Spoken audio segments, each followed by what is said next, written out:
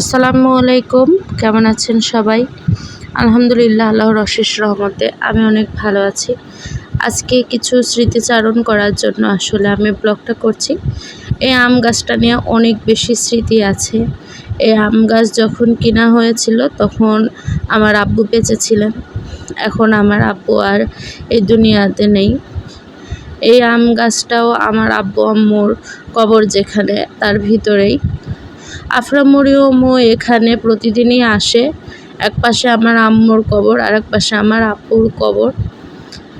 আপনারা সবাই আমার আব্বু আম্মুর জন্য দোয়া করবেন। আর পিছন দিকে ওটা আমার চাচার কবর। খুব অল্প সময়ের মধ্যে দুইটা মানুষকে আমরা হারিয়েছি।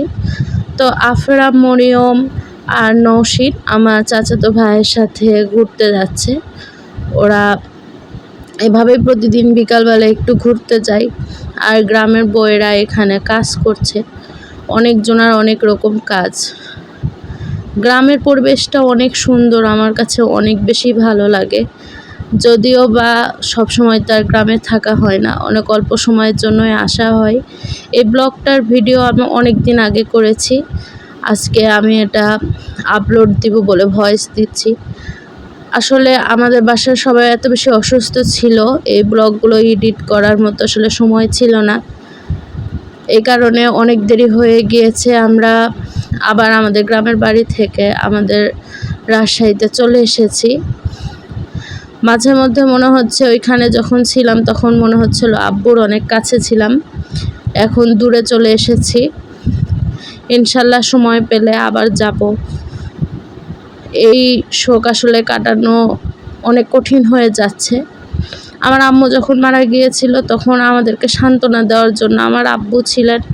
এখন আসলে আব্বু মারা যাওয়ার পরে আমাদের সান্ত্বনা দেওয়ার মতো কেউ নেই। আফরা মরিয়ম এখানে আসার পর তো অনেক খুশি। আমাদের নওশীন বুড়ি তো সবসময় অনেক খুশি থাকে। ও বিশেষ করে আফরা মরিয়মকে পেয়ে তো মহা খুশি। এখন সবাই মিলে মোড় থেকে সিঙ্গারা কিনে নিয়ে এসে এখন খাচ্ছে।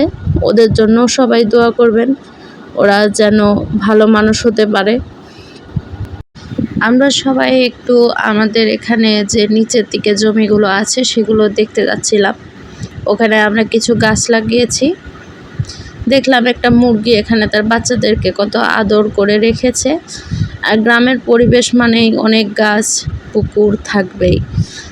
আমাদের এই পাশের আমরা যা গাছ লাগিয়েছি সেগুলো আমার আব্বুকে সঙ্গে করে নিয়েই, এই গাছগুলো বড় হবে তখনও মনে হবে যে আব্বুকে সঙ্গে করে নিয়ে গাছগুলো লাগিয়েছি। আব্বু এখানে চেয়ার নিয়ে বসেছিল আর আমরা গাছ লাগিয়েছি।